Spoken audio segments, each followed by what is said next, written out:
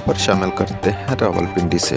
District reporter فاروق احمد کی report کے مطابق رابری کی واردات کرنے والے 2 موٹر سائیکلوں پر سوار 4 ملزمان کی ایئرپورٹ پولیس پارٹی پر فائرنگ کے دوران ایک ملزم زخمی حالت میں 2 ساتھیوں سمیت گرفتار۔ ملزمان کے قبضے سے شہری سے چھینا گیا موبائل اور رقم کے ساتھ زیر استعمال 2 موٹر سائیکل اور اسلحہ بھی برآمد۔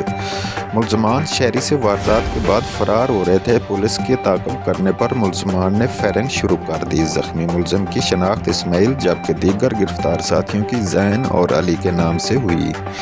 زخمی ملزم اسماعیل سٹینچن کی وارداتوں میں سابقہ ریکارڈ یافتہ ہے، جسے برائے علاج معالجہ اسپتال منتقل کر دیا گیا۔ ملزمان کے فرار ساتھی کی گرفتاری کے لیے علاقہ میں سرچنگ کی جا رہی ہے۔ بروقت رسپانس اور فائرنگ کے باوجود بہادری سے ملزمان کی گرفتاری پر سی پی او سید خالد محمود حمدانی کی ایس پی پوٹھوہار اور ایئرپورٹ پولیس کو شاباش۔